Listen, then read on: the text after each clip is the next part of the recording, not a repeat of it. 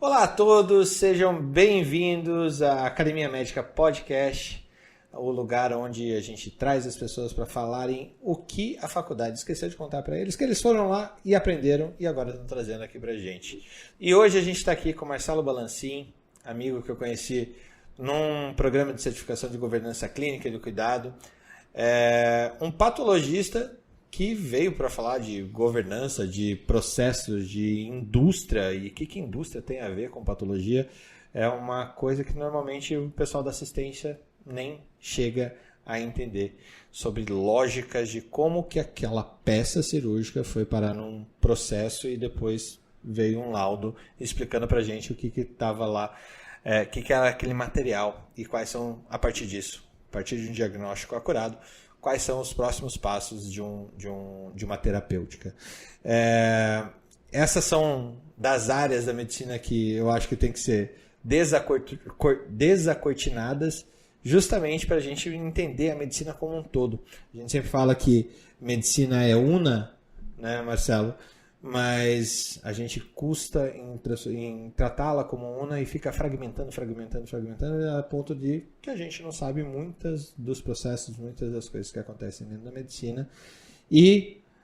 Mas eu não consigo falar do Marcelo tão bem quanto o próprio Marcelo. Marcelo, seja bem-vindo ao Academia Médica Podcast. Conta um pouquinho de como você chegou a ser um médico patologista, hoje gestor, e que trabalha com uma lógica de valor, lógica de produção, lógica de que faz caber diferentes processos dentro de algo super complexo, que é a entrega de saúde na ponta.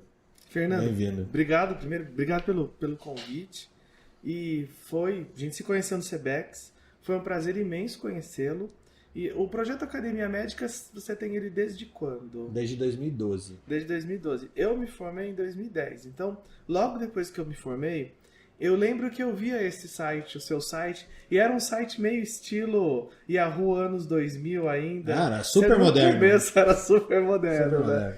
E era um tipo de coisa que a proposta parecia super legal. Você fala, um colega médico está se propondo a falar sobre assuntos que nós não temos na faculdade. Tributação, o que é PJ, o que é CLT, como que você trabalha. Assim, aquele ponto que na faculdade pode não parecer importante. Quem está ensinando medicina está ensinando a técnica, está ensinando os valores da medicina. Mas a gente tem uma vida humana. Uma vida humana para seguir. Então, assim, nós temos obrigações, nós temos uma série de quesitos que a gente vai ter que atender. Então, e você estava lá ensinando eles.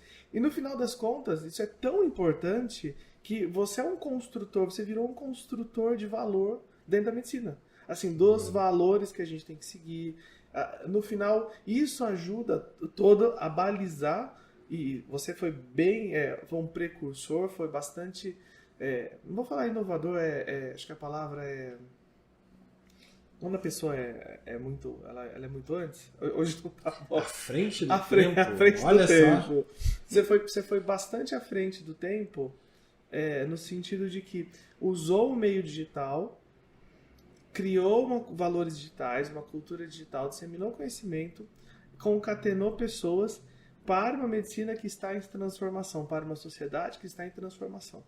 Então, hoje, até foi trabalho, acho que do Washington Post, um artigo de algumas semanas, acho que há uma ou duas semanas, sobre a questão de diferença entre visão de ética de trabalho de médicos de gerações anteriores com os de geração atual, que buscam um balanço entre a vida e o trabalho. Uhum. E esse é um dos pontos que você já trazia. Então, assim, você, a hora que conta sobre pontos que a faculdade não trouxe, você já vai trazendo também essa discussão, e isso vai nos ajudar a refletir e moldar como nós praticamos a medicina. Então, eu estou fazendo toda essa abertura para te agradecer o fato de estar aqui, porque eu acho que esse tipo de conversa é muito importante. Na faculdade, nós aprendemos que está nos livros, os valores, isso é extremamente sólido, extremamente importante. Eu fui professor de uma faculdade, então era esse o papel. Mas tem esse papel que nós estamos fazendo aqui, que é tão importante quanto para que aquilo aconteça. Então, como que eu fui chegar aí na gestão e na patologia? Eu acho que foi exatamente isso. Eu aprendi na faculdade a ser médico, eu aprendi a patologia, eu aprendi toda a técnica. É como ler um livro. E aí quando eu fui chegar na vida real, eu fui trabalhar, eu vi que não era exatamente aquele livro que eu estava lendo. As expectativas que eu tinha criado não eram exatamente aquelas expectativas. O imaginário que eu construí de como eu ia atender o meu paciente como patologista, de o que eu ia entregar de valor, ou seja, como eu ia propiciar que o clínico tivesse um desfecho, que o paciente tivesse um desfecho favorável, que aquilo ali na vida real não era simplesmente sentar atrás do microscópio, ver a lâmina, escrever um relatório e apertar um sistema que chegaria até alguém. Então, por isso que eu fui me envolvendo com a gestão, porque gradualmente eu fui entendendo que eu podia ter uma contribuição tanto para que os colegas patologistas tivessem melhores condições de trabalho, pudessem exercer uma medicina com mais assertividade, se sentirem melhor fazendo isso, encontrar aquela construção médica que eles fizeram e que o sistema de saúde, os pacientes pudessem ter também uma entrega mais favorável. E aí com isso eu fui gradualmente sendo desafiado a procurar soluções, algumas vezes criativas, algumas vezes muito técnicas dentro de técnicas de gestão, para ter todo esse pacote de entrega. Então eu fui... não deixei de ser patologista em momento algum, não deixei de ser médico em momento algum. Assim como eu entendo que você exerce a medicina com o seu papel, trazendo pessoas, trazendo conhecimento, eu comecei a exercer a medicina de uma outra forma também, organizando pessoas. Então eu comecei eu entendo que o papel do gestor, ou a liderança médica, chame como quiser, signifique como quiser, mas no final do dia eu entendo que esse é um papel de... com todo o nosso conhecimento médico, exercer a medicina, advogando pelos nossos pacientes, advogando por uma visão populacional de saúde, para que os recursos sejam canalizados da forma mais adequada. Então, muitas vezes eu me vejo como um canalizador de recursos. Então, eu não sei qual que é o nome do meu cargo, mas o meu cargo é canalizar recursos. Eu tenho X aqui e eu tenho esses pacientes. Qual que é a necessidade desses pacientes? Esse paciente precisa de uma série de testes moleculares. Então, eu tenho que criar todo um fluxo de trabalho e eu tenho que criar todo um esforço para que esse teste molecular valha para esse paciente. Ou seja, ele vai ter um resultado, o material vai ser adequado e que eu atenda todos os stakeholders envolvidos. E aí a gente vai para o termo técnico da gestão. Afinal de contas, no final do dia, alguém paga essa conta. E essa conta tem que ser saudável. Se essa conta for sempre negativa, como nas casas de algumas pessoas ela pode ser, em alguma hora esses pacientes vão ficar desassistidos. Essas empresas vão deixar de existir, não vai ter desenvolvimento econômico, não vai ter investimento do capital privado nem do capital público. Então eu entendo que toda a missão médica vai por água abaixo. Então, no meu entendimento, como um canalizador de recursos, eu tenho que... O gestor ele vai ouvir... É uma grande escuta, você vai ouvir todos os stakeholders, é uma visão multi-stakeholder de valor, o que cada um precisa, o que o acionário da empresa ele precisa de uma divisão de lucros para ele continuar investindo na empresa, para aquilo ser rentável, senão ele vai fazer uma alocação de capital em outro setor. O que o controlador da empresa precisa, o que os pacientes precisam, o que a operadora precisa, o que o médico que está trabalhando, o que a área técnica precisa. Então, cada ponto desse tem uma necessidade. E a gente pode, acho que é aí que está o legal da gente ser médico. Como médico, nós aprendemos a fazer anamnese, a ter um raciocínio analítico, a ter um raciocínio executivo, a ouvir todos os lados. Então, para mim, a gestão na área de saúde é nada mais do que uma outra forma de exercer a medicina. É continuar exercendo a medicina. Então, foi aí que eu fui parar de patologista para essa área. Para gestor. Sabe que uma das pessoas, um dos professores que antecederam essa criação de academia médica, eu instrumentava e auxiliava ele em cirurgias, ainda na faculdade. E ele foi um baita serviço que foi foi aprender a fazer cirurgia cardíaca. Foi aprender a fazer cirurgia cardíaca no Texas Heart Institute, com o Denton Cooley, né, que é o cara que estava na primeira cardíaca do mundo. E disse que o Denton falava para ele, que o Denton Cooley que falava para ele assim: the job is not done until the paperwork is not done. Não adianta só só ter uma destreza se você não sabe descrever direito o que você está fazendo, fazer isso no papel. Fazer isso para que outras pessoas sejam comunicadas o que você fez, para que tenha E isso foi muito engraçado, porque eu não conseguia enxergar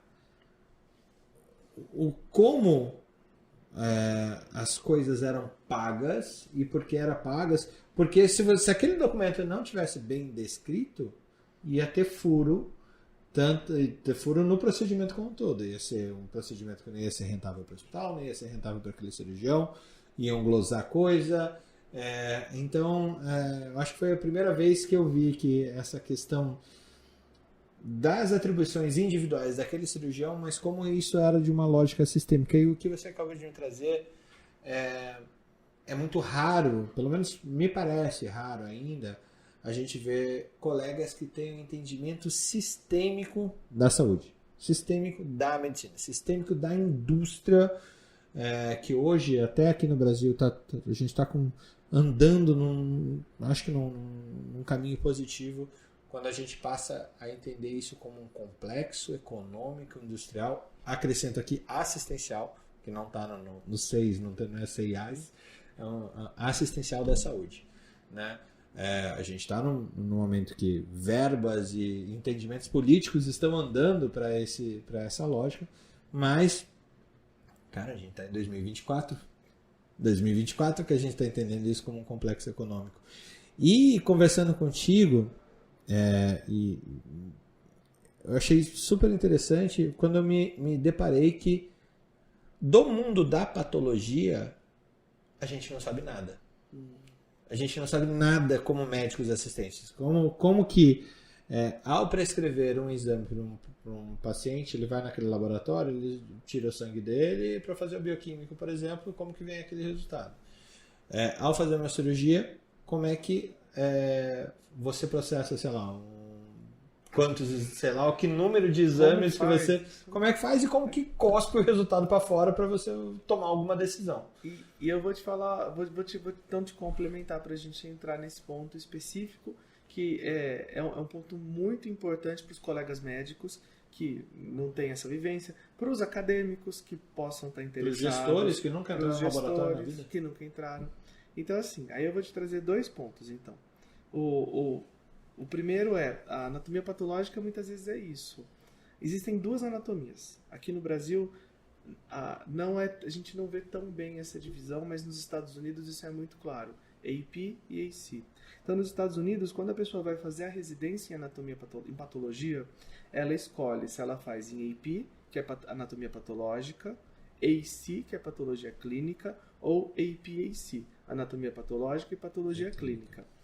Então, quando aqui nós falamos patologista, em geral se pensa no patologista como eu, que fez anatomia patológica. Aqui no Brasil é uma residência de 3 anos. Após 3 anos, você é elegível para prestar um título pela nossa sociedade, promulgado pela Associação Médica Brasileira. Se for residência, você já sai com especialista. Você já sai com especialista, faz o RQE e você faz o título ainda. Você está habilitado para fazer prova de título. É de bom tom. É de bom tom. É de bom tom. Especialmente logo que você acaba a residência, porque o título é uma prova geral. Então cai autópsia, cai em todas as especialidades, tem prova de lâmina, tem prova teórica. Isso então, é meu terror, né? Se eu fosse fazer prova de título hoje, eu teria que estudar um pouco, porque conforme eu fui caminhando, eu fui me afunilando para patologia pulmonar, para patologia gastrointestinal. Então hoje, se eu tiver que avaliar uma placenta, eu vou ter que pegar um livro, eu vou ter que estudar, vou ter que consultar um colega. Então logo que você sai da residência é a melhor hora para fazer o título, porque você rodou por tudo, está com uma visão superficial, porém geral de tudo. Então é a hora. Então você está habilitado para isso. E o patologia clínica, ele faz uma residência de patologia clínica. Aqui o HCFM USP tem uma que é muito bem reconhecida. E outros serviços também têm residências em patologia clínica. Eu fiz, a minha residência foi na C. Camargo, em anatomia patológica. Eu sou formado na USP em Ribeirão Preto e depois eu fiz minha residência na C. Camargo. Então, naquela época, quando eu fiz em 2011, 2012, era um ano que tinha uma liderança médica, ainda as lideranças médicas são muito fortes lá, mas tinha uma liderança médica muito forte na anatomia patológica, que foi um dos motivos que eu quis vir para cá para fazer. Entendi. Então, era um polo, ainda mas lá se destacava bastante das outras oportunidades que havia em residência em patologia, no sentido de acesso acesso a tecnologias recentes. Então, tinha um programa de biologia molecular muito mais forte do que os demais. Tinha todo esse contexto oncológico. Então, eu sempre gostei muito de câncer, eu sempre gostei muito da ideia da oncologia, e o José Camargo, ele prepara as pessoas para uma visão oncológica. Então, não é diferente. Você tem uma visão do paciente oncológico em termos processuais e em termos de necessidades e prioridades distintas. Então, acabei optando para caminhar para esse lado. Acho que foi uma escolha bastante assertiva que eu fiz em termos de exposição formativa. Mas, voltando então você tem AP, anatomia clínica e patologia. Então, o patologista que todo mundo vê é o patologista que fez como eu, anatomia patológica. Então, é quem trata de peças, biópsias, vai ver imunohistoquímica, vai fazer biologia molecular, é quem vai para esse lado. A patologia clínica, a figura do patologista clínica, ele é alguém que gerencia pessoas, processos, todos aqueles processos automatizados. Lembrando que o laboratório clínico ele é muito... reagente específico para uma coisa específica. Então você tem a escolha de método. Então o patologista clínico ele vai atuar na escolha de método. Então esse teste aqui nós vamos fazer por qual método, qual reagente, qual equipamento. Então ele atua muito num braço técnico-gerencial de escolha, validação, acompanhamento de controle, uma vez que é um setor altamente automatizado. Todo o fluxo de logística de amostra. Então o patologista clínico tem habilidade para supervisionar tudo isso. E tem algumas áreas que são tecnicamente privativas deles. Eu entendo que tem alguns pontos de citometria de fluxo que eles trabalham, alguns pontos de imunofluorescência que eles avaliam os exames e que eles laudam, líquidos também. Então eu não tenho tanta capacidade para ir a fundo a discorrer das capacidades privativas deles, mas eles são o laboratório de sangue, de Mas aqui líquidos. entra a biópsia líquida também? Então, não. A biópsia líquida ela entraria com a biologia molecular. Tá. Então, até dentro da anatomia patológica, nós trabalhamos com biologia molecular. Existem alguns laboratórios dedicados à biologia molecular. Sim. Então, a biópsia líquida ela vai para a biologia molecular, que aí usa métodos de biologia molecular para extração, para tratamento desse material. Mas assim, no final do dia a patologia clínica, líquidos, fluidos, toda essa parte laboratorial, PS, o que todo mundo colhe, vai para lá. Anatomia patológica, peça cirúrgica, imunohistoquímica, então biópsia, vem para nós. E aí, macro e micro. Macro e micro. Então assim, você recebe no laboratório, como que tudo funciona, né? Então, essa é a ideia geral. E aí, um ponto que eu te trago eu vejo muitos colegas, eles vão mandar para um laboratório o exame. Então a pessoa preenche o papel, o hospital se vira, né? Tem um fluxo. Esse papel vem bem preenchido, mal preenchido ou vem preenchido? Vem preenchido. Então, assim, é um outro papel. Vem preenchido a toda sorte. Vem preenchido. Assim, vem preenchido. Então, cada serviço, ou de patologia, ou cada hospital, cria os seus próprios solicitações de exame. Hoje elas estão sendo todas criadas em prontuário eletrônico, que facilita bastante e já integra com os sistemas de informática dos laboratórios. Mas, então cada um tem o seu papel preenchido. Muitas vezes o médico, o que ele vai fazer? Ele acabou a cirurgia, ele vai preencher o papel, ou alguém vai preencher o papel para ele, vai carimbar e vai mandar para o laboratório, vai liberar e vai para o laboratório. É a mágica de vai para o laboratório. E o laboratório, uma semana depois, entrega um resultado. Cospe fora o laudo. E cospe fora do laudo. E aí um ponto, nesse meu papel, eu tenho conversado com os colegas clínicos para entender a escolha de laboratório. E o Porter fala isso no VBHC. Aí vamos voltar para o VBHC. Ele fala, a medicina tem algumas construções, a saúde tem algumas construções que em outros setores da economia não caem bem. Então, por exemplo, na saúde, a escolha de um fornecedor, ela muitas vezes é reputacional. Ela não é baseada em métricas comparativas. Então, assim, eu vou mandar para X ou para X? Manda para X, porque todo mundo fala que é bom. Mas assim, a gente tem que entender. Qual porque é bom? Não, qual que é o bench? Porque é bom. Então, me dê um argumento racional desse bench. Ou seja, porque os prazos são melhores, porque a entrega é mais rápido que eu recebo laudo, porque eu tenho um canal de atendimento médico, porque Ou seja, critério emocional. O critério emocional. Então, o Porter fala isso, que na saúde, ele abre a semana do VBHC falando isso, que em outros setores econômicos, isso não é aceitável. Então, se você pegar um setor da indústria, você tem bench em várias indústrias e elas podem se comparar para ter uma ideia de métrica de produção ou para ter uma ideia de métricas de atendimento. Até em setores de serviço, você tem NPS que você acompanha. E muito na saúde, isso está começando. A gente está amadurecendo, está trazendo. Então, o primeiro ponto da anatomia patológica, e isso é muito relacionado ao que você está fazendo hoje, é não se conhecer a fábrica, não se conhecer o laboratório, o que existe nesse laboratório, quem são as pessoas envolvidas, como esse processo geral acontece. É a mesma coisa que um colega quando ele escolhe operar em um hospital ou não, porque ele tem uma facility que lhe interessa. Ou seja, um cirurgião torácico vai operar em um hospital que tradicionalmente tem uma UTI boa de tórax. Que ele vai ter desfecho melhor. Isso vai ajudá-lo a ter desfecho melhor. E a anatomia patológica, ela fica nessa. Muitas vezes, a escolha ela é reputacional, mas por uma reputação que a pessoa não racionaliza. Não está claramente racionalizado. Sabe que uma das coisas, quando a gente estava... A gente construiu um framework de apoio à tomada de decisão de carreira para o médico.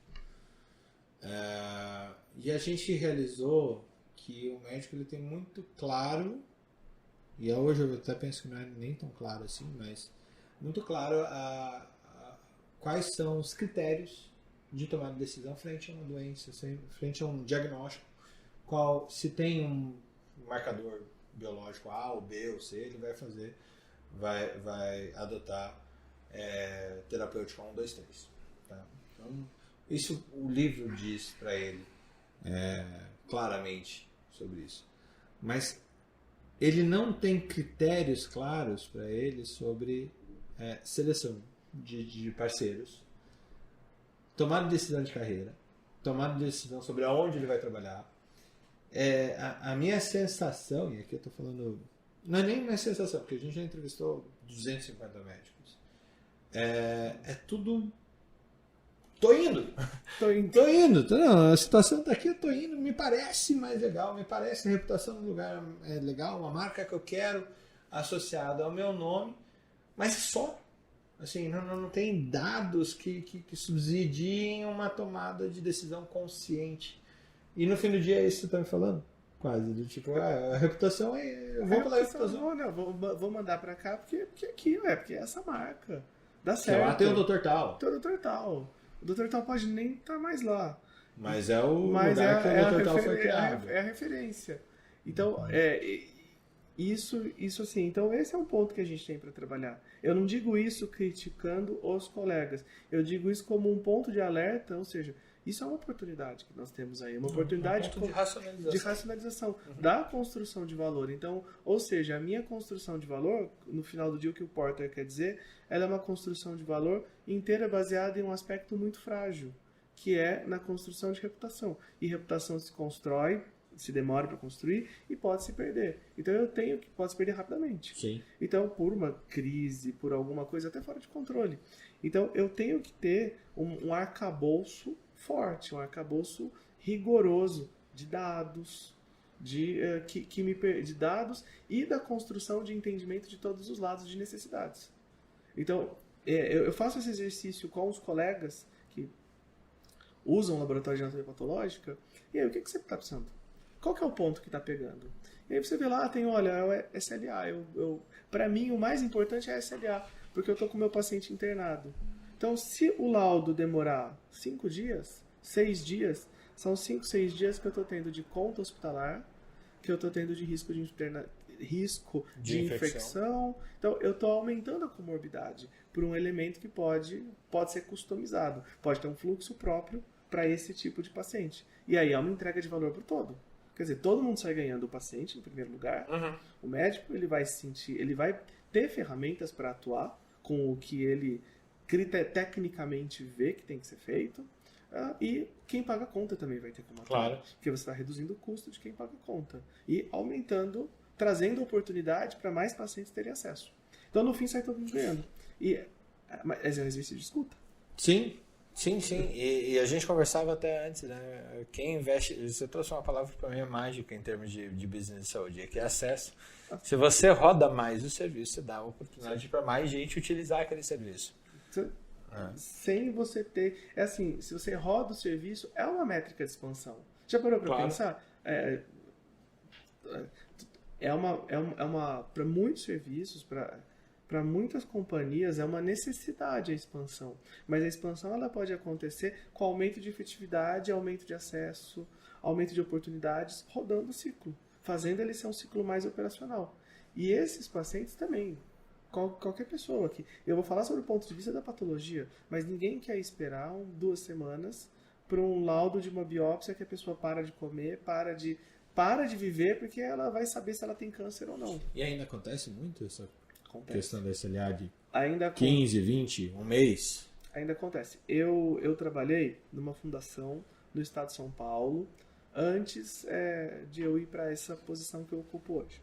E nessa fundação nós olhávamos para laboratório do estado de São Paulo como um todo, laboratório de patologia e programa de rastreio de câncer de colo do útero, estado de São Paulo como um todo.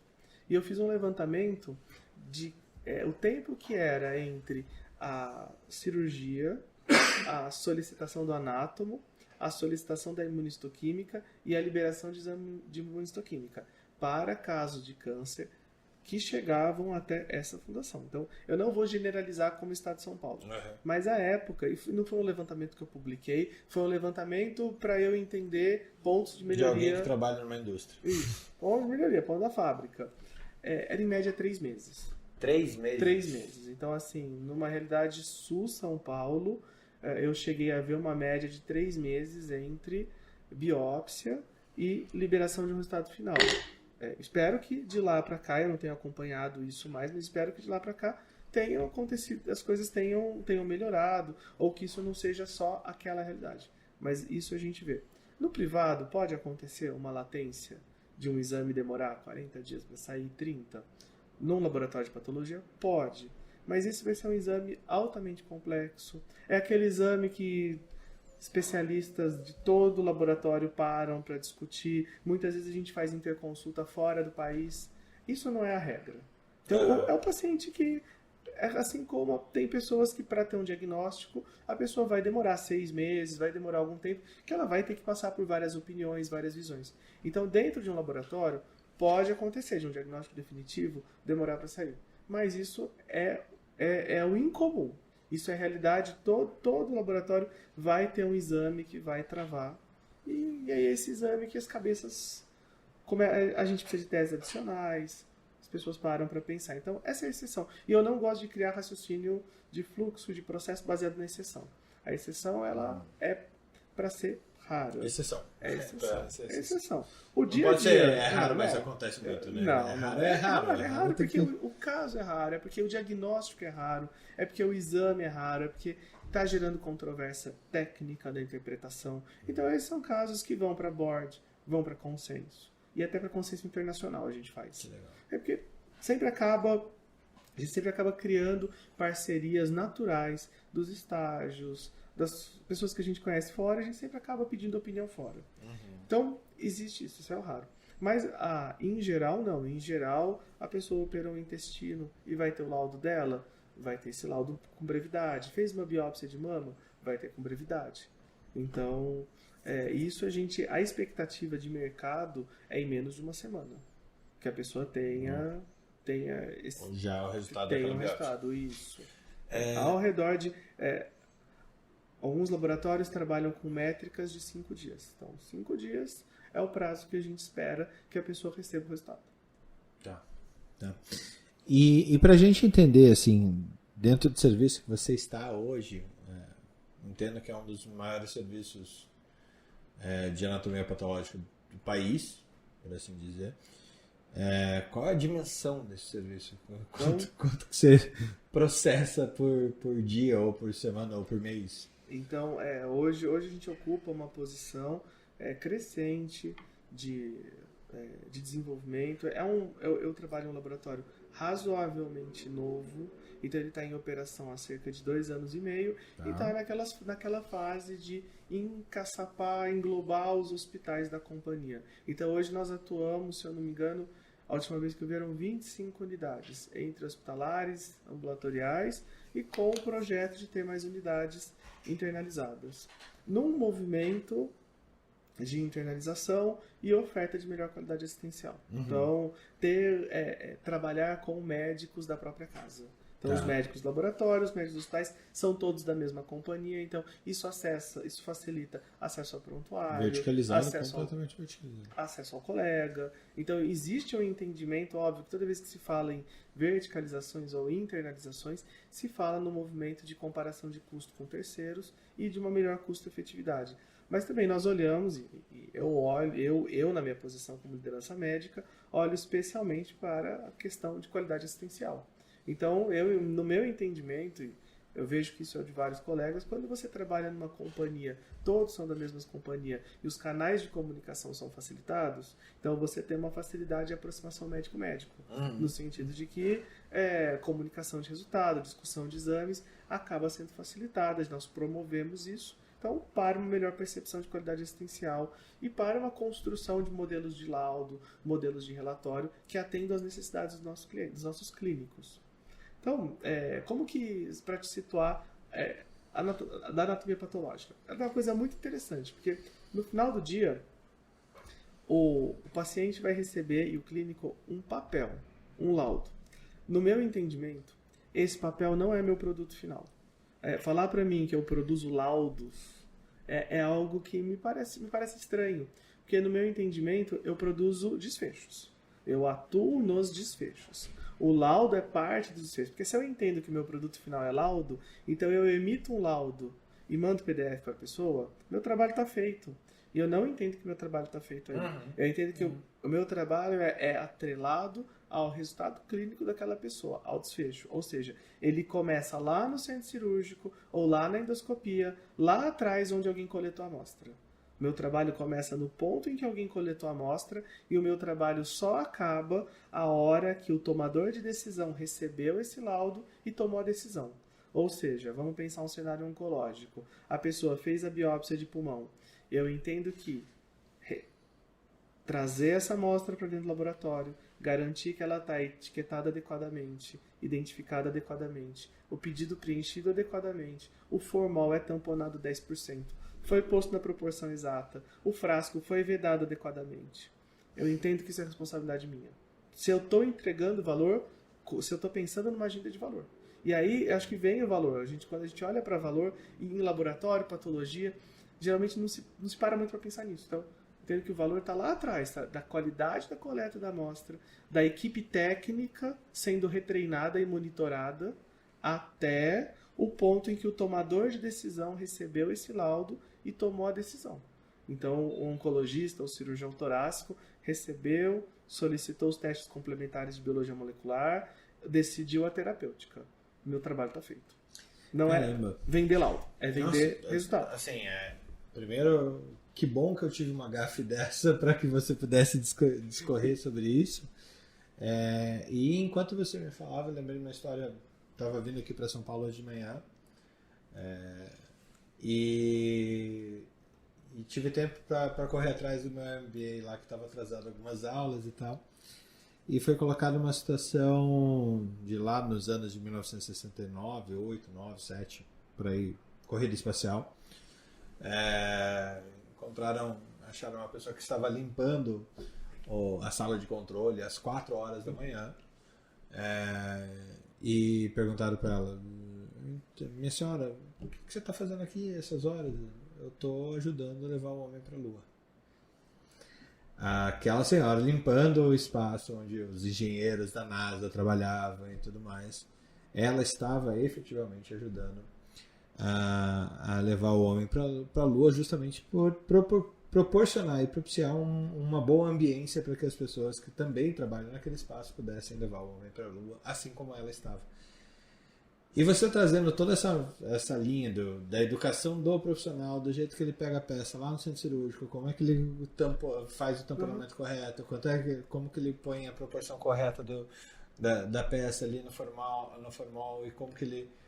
Eu já vi essas peças sendo colocadas dentro do potinho milhões de vezes. Pote de maionese. Pote de maionese. Assim, dá para lembrar as situações em que a gente viu tumores grandes sendo alocados em lugares estranhos. E essa lógica que você traz da tua metodologia, que você reconhece o processo como um todo, reconhece as pessoas que fazem parte do processo, sem estrelismo, sem ego, sem coisa. O processo é esse. Porque isso significa segurança no paciente que está com um agravo de saúde. E esse meu processo de diagnóstico significa entregar saúde na ponta.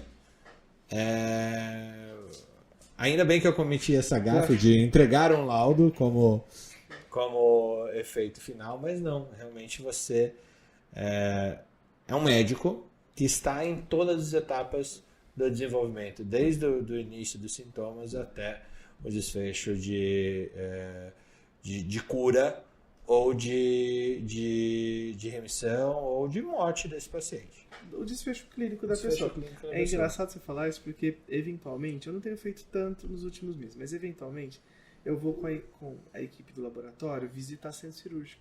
E aí sempre tem... Você é um patologista que pisa no centro cirúrgico. Existe isso? Tem os que fazem congelação. Eu não faço mais congelação, mas eu não tenho feito. Mas eu vou com a equipe visitar mesmo. Então, assim, vamos ver como que estão indo as coisas. E é engraçado que quando a gente passa lá, aí sempre tem alguém da enfermagem passando perto de mim. Você sabe aquela coisa, né? Você lembra na faculdade, quando o professor tá chegando, a pessoa faz alguma coisa errada? Sim, você tropeça. O chefe aparece, você tropeça. Então, eu chego no centro cirúrgico, sempre tem alguém passando com um frasquinho assim, desse tamanho, pegando uma vesícula biliar e apertando. Pra ver as pedras que saem. Botando lá dentro. A pedreira toda que sai. E apertando todo o negócio, assim, bota todo no frasco e aperta. Aí assim, ou aparece alguém com um saquinho desse tamanho e uma peça enorme, e colocando lá e... Aí assim, a gente só olha, né? E uma coisa que... Eu gosto muito de trabalhar nessa empresa onde eu trabalho, porque pela estrutura que eu tenho, que eu já tenho, e que pela possibilidade de construção de estrutura de pessoas. Então, eu tenho uma pessoa que trabalha da equipe, que ela faz exatamente isso. Ela vai para as unidades e faz o relacionamento com as unidades. E ela retreina as enfermagens. Então, mensalmente, nós fizemos um programa de não conformidades. Então, todo mês, ela mapeia todas as não conformidades. Near misses.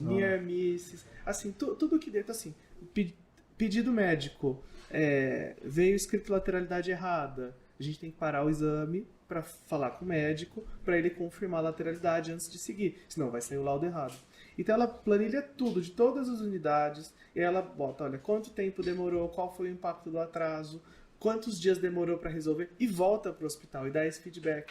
Então a gente entende que isso é nosso trabalho, que é melhorar o sistema como um todo, mostrar para um sistema onde existem oportunidades. Infelizmente, isso é algo mais comum do que nós imaginamos.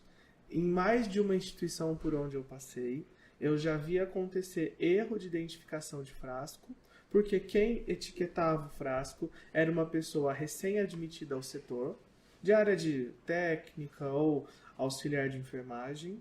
Não foi primeira vez que estava circulando na vida, não foi capacitada, então assim, e alguém chegou e falou, vai lá, arruma aí as coisas da patologia, bota aí, identifica os frasquinhos. Então assim, mais de uma vez, e eu posso falar isso agora, eu não respondo em nome de instituição alguma, porque eu já passei em várias instituições diferentes, desde a esfera pública e privada, já tive a oportunidade de apontar que essas pessoas precisavam de retreinamento. Porque você imagina, vocês pegam isso de cara, opa, é verdade, tem uma pessoa nova aqui, preciso retreinar. Então, por isso que eu entendo que o nosso papel, ele está desde a assistência, ele está desde o ponto assistencial. Não é simplesmente eu recebi a amostra, ok, devolve, não quero nem saber, vou fazer o laudo, entrego o laudo, quantos TUS tem aqui? Vou cobrar por TUS, vou cobrar por laudo, vou remunerar o médico por lâmina, por topografia, sei lá o que, e está resolvido. Não, eu entendo que é uma visão de entrega de valor. E se ela não acontecer, nós não vamos ser sustentáveis. Como não estamos sendo. Como não estamos sendo. Eu acho que o momento de discussão e também o que você faz está nesse caminho. Uma coisa que eu me pergunto constantemente, de vez em quando, alguns pontos meus na minha atuação gerencial, eu tenho algumas posturas que não são um pouco fora da expectativa. Porque se o modelo atual funcionasse tão bem, eu fico me perguntando, nós teríamos empresas de saúde falindo? Nós teríamos uma pressão de custos crescente, tão grande, algumas vezes a ponto de ser inabsorvível? Nós teríamos médicos, enfermagem, toda a equipe técnica com burnout, com insatisfação? Nós teríamos esses relatórios que nós vimos de médicos saindo, acho que o CREMESP, o CFM fez a perspectiva do médico recém-formado em continuar engajado na medicina em 10 anos? Não, a gente tá assim, até o que eu tenho visto, assim, e desculpa a palavra que eu vou usar, e você que está vendo a gente, mas tem muita gente que perdeu tesão pelo que faz. Assim, não tem mais perdeu a conexão com o propósito. E eu ouvi isso, por exemplo, ouvi histórias que isso fica evidente, e talvez você também tenha ouvido, até na pesquisa para entender o que a gente ia fazer em termos de talent match e tudo mais, eu ouvi de cirurgião oncológico, 40 anos de idade, falando que não entendia mais o seu propósito de vida. Sendo que passou 10, 15 anos se especializando para fazer uma coisa incrível. Eu sou apaixonado por cirurgia desde que eu entrei na faculdade, mas eu acho super incrível autorizar alguém para cortar a pessoa, abrir,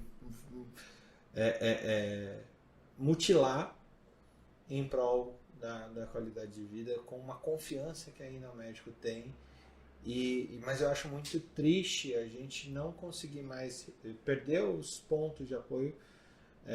Quando você enxerga um colega médico, perder os pontos de apoio para entender o seu papel social, o seu papel individual naquela vida, o seu papel naquela família, no quanto que para as equipes que fazem cuidado dessa pessoa, assim, como a gente está criando um ambiente doente e míope, completamente míope. E eu acho que muito se dá, eu falei isso em outro episódio aqui, mas muito se dá pela fragmentação que foi tomando a própria saúde e a própria medicina, onde eu estou aqui para fazer o meu papel, estou aqui para produzir um laudo. Enfim. E nenhuma conexão mais. Uma conexão contratual. E aí acabou. Agora eu te faço uma pergunta. Então, quer dizer, nós estamos vivendo um movimento que não parece ser saudável. Não. Em termos de profissionais, em termos das condições. E agora eu vou te fazer uma outra pergunta, e esse é um ponto que o CEO da Cleveland Clinic ele fala isso, e essa é um negócio que, assim, quem trabalha comigo, eu acho que daqui a pouco vai começar a virar as costas, que é o tipo de coisa que eu falo todo dia. Quem cuida de alguém e não está bem para cuidar? Não. Então, assim, aí vem, então, quer dizer, a gente talvez tenha um papel aqui, talvez não, com certeza, de transformar essa saúde, de transformar essas visões de saúde. E para isso ser saudável para todos. Quer dizer, quem cuida, voltar a ser engajado, voltar a ver propósito. Porque eu penso assim como você, é irracional uma pessoa que abdicou de muito, que investiu muito em tempo, em dinheiro, em opções, quer dizer, teve um custo de oportunidade muito alto para fazer aquilo que lhe parecia interessante, lhe parecia ter uma motivação intrínseca, encontrava com valores, e a hora que a pessoa tem habilitação para ter a faca na mão, ela olha e fala: Não gosto da faca. Não é isso que eu queria. Isso, eu acho que isso pode ser tratado como uma exceção. E a exceção pode acontecer. Claro. Pode ter pessoas que vão ser... Tinha em Ribeirão lá um cara da cirurgia torácica, acho que era torácico-cardíaca, mas ele fez toda a caminhada da cirurgia torácica ou cardíaca Lá e em virou Curitiba a chefe. gente chamava de CTCV. O CTCV. cara que fazia torácica e cardíaca. Eu tinha um cara lá conhecido, mas o ponto é, o cara fez todo o calvário. E aí quando ele chegou num ponto da vida que ele foi ser chefe de cozinha. E ele abriu um restaurante. Tinha um restaurante, era um restaurante... Então assim, e esse era um cara feliz sendo isso, atendia 3, 4 mesas por noite, mas essa é a exceção. Agora, quando você fala que uma pessoa que acabou a formação, racionalizou isso como algo que ela queria, foi emotivo, porque teve esse esforço, e aí chegou na hora que tá com a faca na mão falando, não é.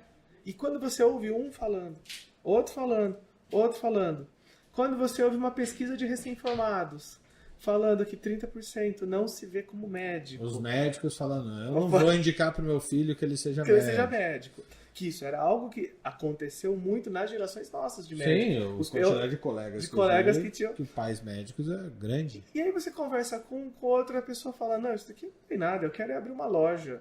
Eu quero pegar o meu dinheiro aí e ir pro setor da produção. Eu quero ter uma indústria. Não, mas tá, uma coisa é, vamos dissociar. E você vai para a indústria e vai continuar trabalhando como médico? Não, eu não vou mais trabalhar. Então, quer dizer, existe um ponto aí onde tem fumaça, tem fogo. E a gente tem fumaça, tem fogo. Tá, tem muita fumaça. Então, tem muita fumaça, tem fogo. Então, esse é um ponto. Nós temos um ponto aí médico. E eu falo pelos médicos, mas eu entendo que outros profissionais de saúde também passem por isso. Sim. E aí você tem agora um outro ponto que está evidente nos últimos anos na mídia. As empresas de saúde, elas também estão passando por problemas financeiros. Questões de pressão de custo, questão de desencontro entre operadoras e prestadores. Judiciário. Ver, sem pensar coletivamente ou populacionalmente. Então, assim, vamos pensar como médico. Então, a gente está vendo aqui febre, sinal ou sintoma, não é a doença, ela significa que tem algo. Então, quando nós olhamos para o ecossistema de saúde como um todo, nós olhamos para talvez nós ainda não diagnosticamos a causa raiz disso. Mas existem pontos de melhoria e pontos de oportunidade, que traçaram uma entrega de saúde insustentável, aparentemente sustentável para vários stakeholders da cadeia. E eu não estou advogando em nome do paciente, porque paciente todos nós somos. Sim. Nós, além de médicos, sempre vamos ser pacientes em algum momento da nossa vida. Então, é um ponto de saúde insustentável. E aí vem o elemento da liderança. Então, eu acho que aí é o ponto que nós médicos temos que... Quem quer ter a visão de participar dessa transformação, que está incomodado com isso, tem a aptidão, tem o desejo, se encontra nisso, eu acho que nada mais saudável do que continuar sendo médico para levar a uma transformação positiva da saúde. E assim, a gente vê diretamente assim, os colegas falando, porque em 2030 seremos 1 milhão de médicos, 1.200.000 em 2035. Gente, quem é que vai coordenar esse povo todo? Quem é que vai dar um rumo? Vai ter médico muito ruim? Vai, em escala. E como que a gente vai melhorar isso? Porque assim, a gente que fala isso hoje, a maioria dos nossos colegas que falam isso, não se percebe que são os próprios familiares, as pessoas que mais amam, que estarão nas mãos desse pessoal todo.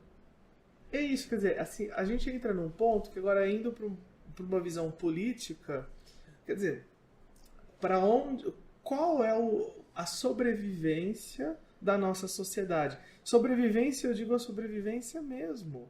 Se eu tenho quem vai me prestar assistência à saúde que não funciona. Ou seja, tecnicamente mal formado, insatisfeito, doente, mal remunerado, com vários... E aí, como sociedade, daqui a 40 anos, quem vai cuidar de nós? Sabe que eu falava em um momento, na época que a gente dava um curso de finanças pessoais para médicos, lá em 17, 18. Eu cunhei pra gente vender esse curso, e era bem comercial a ideia mesmo. Mas uma coisa que já me fez refletir várias vezes era que era obrigatório que o médico fosse rico. Não estou falando multimilionário, mas é alguém que ganha dinheiro adequadamente. Porque o médico que deve, o médico que que tem problemas financeiros, ele começa a negociar seus pacientes. Aí assim, se você olhar sobre o ponto de vista da teoria econômica, vamos finanças empresariais. Isso tem um nome técnico, conflito de agência. Então, enquanto você está gerenciando algo, se você é um acionário de uma empresa, você quer maior lucro para suas ações, mesmo que isso implique em decisões de menor investimento na empresa. Se você é um diretor de uma empresa, você pode querer um pacote de benefícios maior, mesmo que isso implique em menor divisão acionária para os acionários. Então, isso é o termo técnico, conflito de agência. Então, para nós, muitas vezes isso se torna um conflito ético ou um conflito ético velado, em que a pessoa tem necessidades, nós somos seres humanos, Sim. ela tem necessidades e ela se vê numa posição em que ela pode fazer escolhas que a beneficiem. Então, você viu aí no NYU, há 2 ou 3 anos, fez free tuition para todo mundo. Porque a New York University entendeu que isso também é um ponto de desenvolvimento da sociedade. Estados Unidos começou a ter... Precisam ter acesso. Precisam ter acesso. Então, assim, ninguém mais vai fazer medicina de família, ninguém mais vai fazer especialidades que não são tão bem remuneradas, porque a pessoa tem uma carga de dívida estudantil muito alta para pagar. E ela tem aquilo norteando a tomada de decisões que ela vai fazer para o caminho da carreira dela. Só que populacionalmente você começa a ver migração de polos para especialidades ditas mais rentáveis, independente do apego vocacional àquilo. Isso também pode ser um ponto de falta de motividade intrínseca. A NYU teve essa postura, tuition free. Algumas outras universidades nos Estados Unidos têm, com questão de aportes, de doações, eles têm feito políticas de abater o custo. Não precisa ir para os Estados Unidos. Na Europa você tem diversas frentes e bolsas para cidadãos europeus e não europeus, inclusive, que fornecem essa especialização de forma até remunerada. Não é nem tuition free. Ainda você você recebe a bolsa para fazer aquela formação.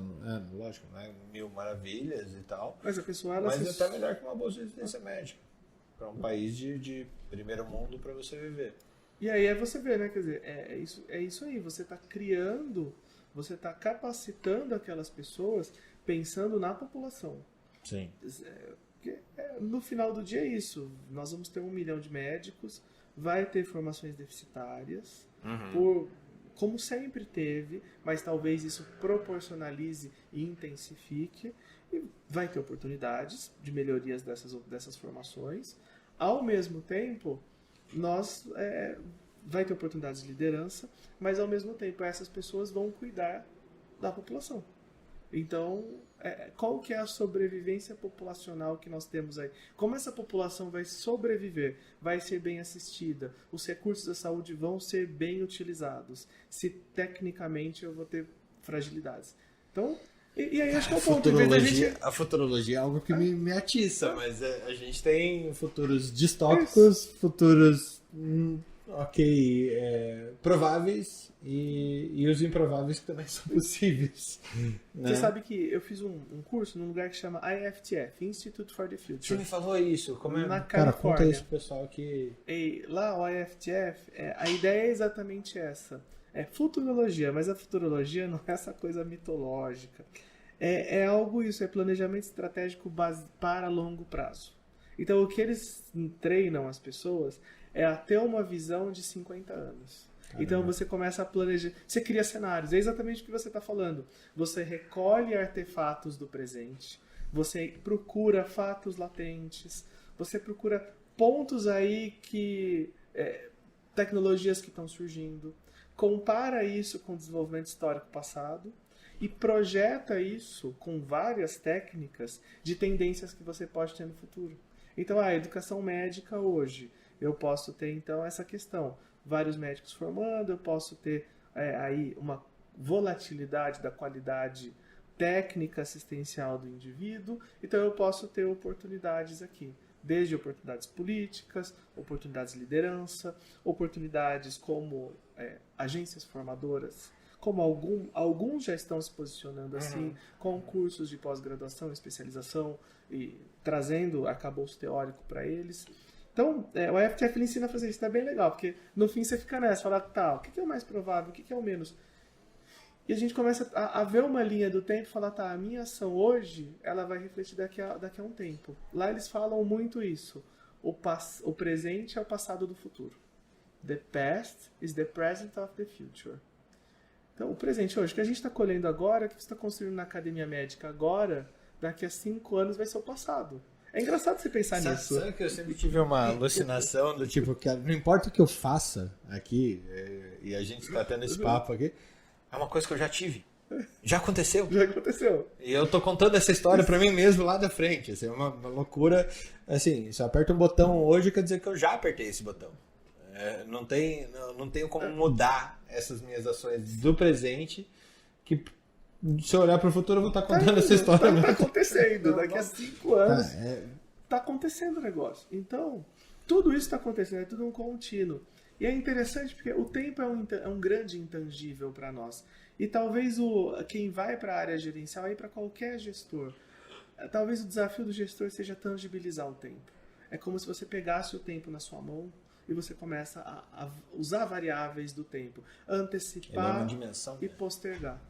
Muito isso. Transformar ele como uma dimensão. Como uma dimensão. Você olha e fala, bem, estrategicamente, o que eu estou vivendo hoje? É esse o cenário que eu tenho. Para eu chegar nesse cenário, então eu vou ter que talvez mexer aqui.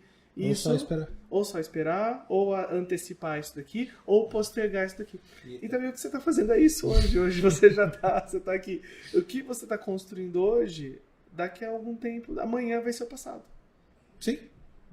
Então todas essas tendências que nós vemos hoje, muitos médicos, a saúde, a pressão de custos, há alguns anos a IA que ia tirar o emprego dos radiologistas. Eu até ia perguntar, cara, qual é a tua história de futuro? Então, a tua história de futuro pro que você está vendo que está acontecendo agora. Eu tendo a ser sempre otimista. Então, assim, eu imagino que a história de futuro é uma possibilidade para novas lideranças, para lideranças com uma visão adequada ao futuro. Na minha visão, posso estar o futuro está completamente errado. O futuro está aberto. Ele não está aí. Não, temos verdades transitórias aqui. Pode ter certeza que temos verdades transitórias. No futuro isso é passado. Mas o que eu tenho entendido e o que eu tenho visto no dia a dia, os modelos de liderança, os modelos de pensamento de 10 anos atrás não valem mais para hoje. Não. O mundo mudou muito em 10 anos. Você tinha WhatsApp na sua faculdade? Você formou em 2012. Você já tinha WhatsApp? Tinha. Eu não tinha WhatsApp. Quando eu formei, ou eu não tinha, não, mas acho que não tinha. Formei em 2010. Não tinha WhatsApp, não tinha Waze. Então, assim, você vê a diferença do... Tinha. Você se vê hoje no seu dia a dia sem WhatsApp? Não existe. E sem Waze? Não existe. Sem Uber? Eu uso o Google. Sem Google, tá. Então, e sem Uber, sem Waze? Não existe. Então, nós vivemos um mundo que mudou muito rápido em 10 anos. E toda vez que mudam, a tecnologia trouxe aí uma mudança, trouxe a virada. Talvez foi essa virada do século XXI. Acho que sim. Se a gente pensar aqui o que efetivamente diminuiu as distâncias do mundo? Tá, trem, motor, né? A criação do motor, e daí a terceira revolução industrial, lá o Ford, o Fordismo e tudo mais. Cara, isso faz 125 anos, não é nada. Onda destrutiva de Schumpeter, economia criativa destrutiva de Schumpeter. Então nós estamos vivendo claramente uma onda de economia destrutiva. A economia destrutiva de Schumpeter foi lá aquela ideia, uma nova tecnologia como o motor, o iPhone, no caso, aqui tá... ele vai vir e tecnologias anteriores vão ser descontinuadas. Com isso, nós não temos hoje datilógrafo, tem? Não, tem muda toda uma sociedade. Quando você era criança, tinha curso de informática? Escola de informática. Eu fiz em 1994. Então, curso de informática. Hoje tem curso de informática? Não faz sentido. Não faz sentido. Então, a medicina vai ser a mesma coisa. Eu não duvido que a saúde e a medicina tenha esse mesmo ponto. A questão é, a saúde e a medicina são altamente regulamentadas, que é um ponto de atenção e é um ponto... É um freio necessário. É um freio necessário.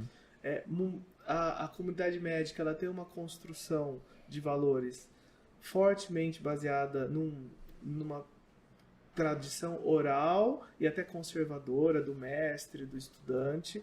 Não estou questionando se isso é bom, se isso é ruim, mas é ponderada, ela tem isso. Então, pelo menos nas formações, na minha formação e nas formações que eu continuei acompanhando, eu continuei vendo esse tipo de coisa.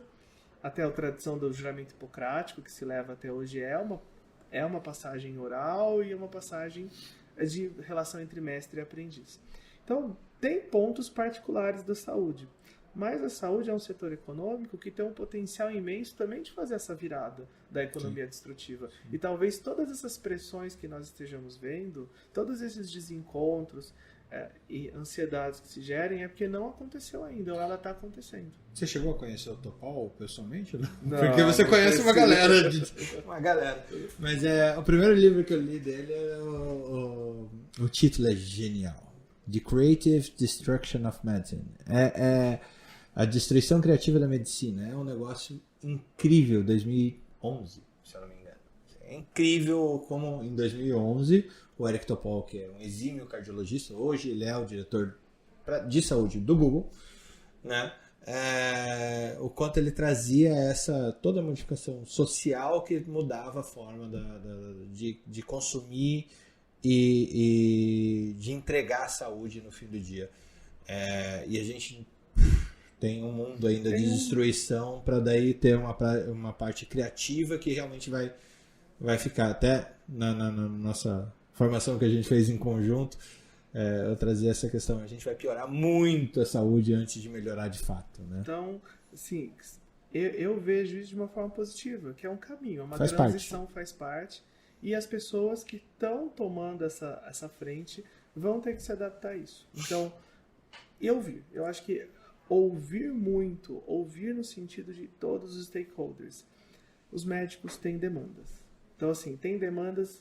Se hoje eu chegar e contratar um médico, propor uma contratação de um colega, 30 horas, todo dia, de tal hora a tal hora, presencial, desse jeito, a minha atratividade é mais baixa. Eu tenho que ouvir. As pessoas muitas vezes vão falar, olha, eu quero trabalhar 30 horas, mas eu quero trabalhar à noite, online, e eu quero não ter a quarta-feira eu não trabalho, ou porque eu tô fora, em outro, ou, mesmo que seja uma pessoa full time. E acho que a gente tem que estar disposto a criar formas para isso funcionar.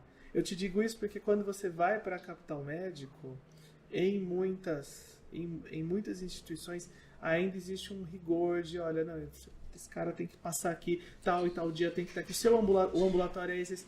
Então, são pontos que a gente tem que começar a aprender a ouvir. Essa matéria do Washington Post eu gostei muito, porque exatamente ela simboliza esse momento de transição. Uma geração de médicos que entende que a geração work-life balance, ela é uma geração que não tem ética de trabalho. Porque a ética de trabalho é o que... A ética é consigo mesmo. A ética dessa pessoa é consigo mesmo, não com a empresa. Aquela visão é aquilo que eu e você ouvimos muito durante a nossa formação. A medicina é um celibato. E a geração atual, não, eu preciso ter eu preciso ter vida. E, assim, no final do dia pode ser que os dois estejam certos. Pode ser que aquele cara lá que vai ficar, não vai respeitar limite, vai respeitar... Ou melhor de tudo, os dois estão redondamente enganados, que vai surgir uma outra coisa que ele não faz ideia. Então, e eu tenho visto isso na formação de equipe, a hora que eu começo a discutir com as pessoas, tá, eu preciso... Olha, o meu ponto eu preciso de você aqui, aqui, aqui. Isso daqui, eu preciso de você. Você me entrega? O que você precisa? Eu preciso tal coisa. Então tá, vamos fazer um acordo? Você vai me entregar isso? E eu vou te dar isso. Vamos ver se funciona. E eu tenho visto que as pessoas que a gente chega nesse comum são as melhores performances. Legal. Em todos os sentidos. Que legal. Então, assim, talvez esses sejam pontos. Eu estou trazendo só um porque eu sei do seu interesse em construir.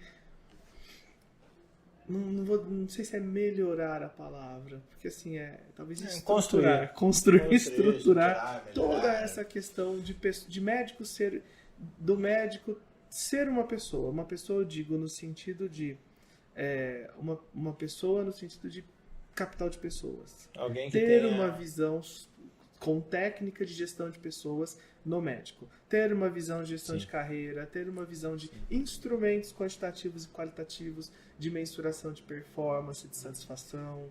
de aquelas coisas que a gente aprende em RH, o Q1, Q2, Q3, Q4 do Mandelli. Então, saber se a pessoa está numa fase inicial, se ela precisa de suporte, se ela já é um sênior, se ela deixa ela sozinha. Então, eu sei que você trabalha em desenvolver. E isso a gente é muito pouco, né?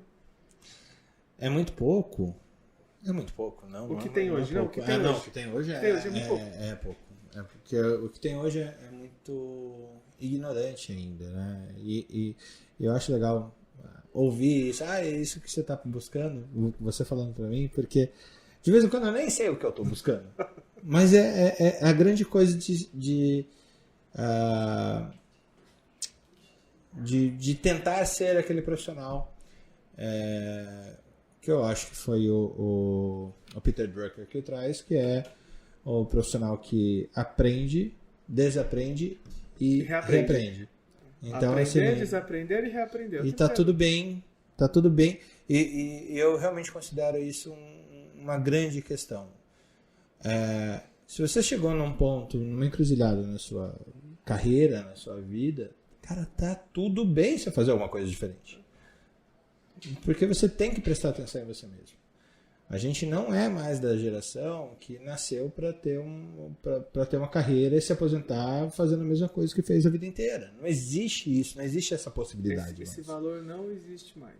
Não existe mais. Você vai entrar como médico do PS, que você vai ser residente nessa instituição, aí você vai entrar vai ficar lá como médico júnior e 40 anos depois você vai ser o sênior. Não, porque isso não é sustentável. Não é.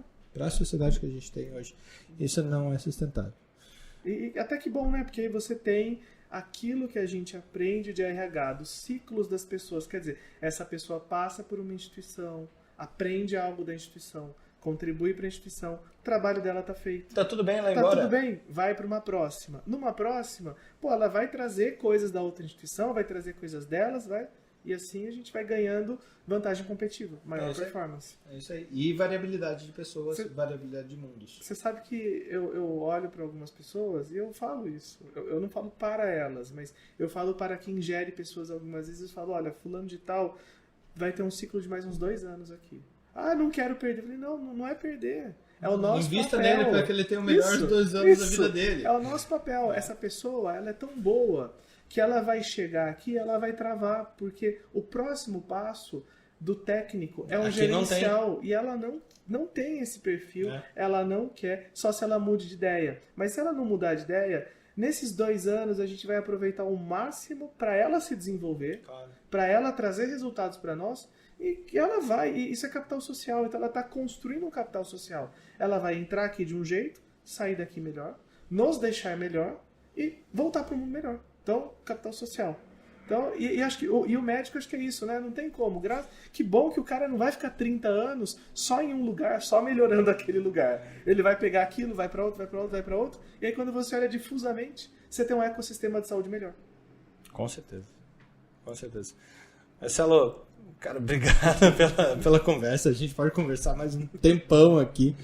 Mas acredito que o que a gente teve aqui foi uma conversa de uma anatomia patológica do RH médico e assistencial da saúde.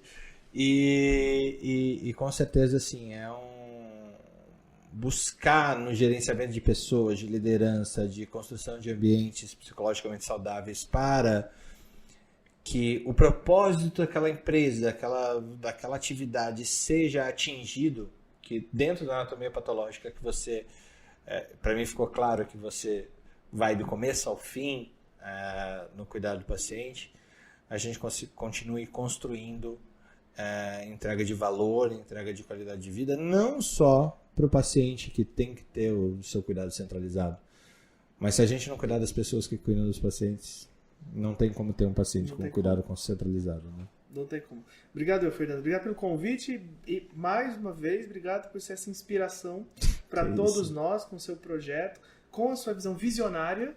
Era visionário, né? Que eu queria falar no começo, que a palavra me fugiu. Sendo um visionário da área e mostrando para nós e para as gerações acadêmicas e quem está saindo da academia que existem várias maneiras de se exercer a medicina. Sim. E a forma que você faz hoje é um exercício da medicina também. Sim. Então, obrigado pela oportunidade de estar aqui com você. Que isso, obrigado. Até mais. Até mais, gente. Fique ligado aqui na Academia Médica, no nosso podcast, que mais e mais vezes eu vou tentar trazer as pessoas que eu conheço que podem trazer tanta riqueza de conhecimento e de visões aqui, futurológicas ou não, sobre a saúde, sobre a medicina e sobre como a gente faz isso no final. Um abraço e até a próxima.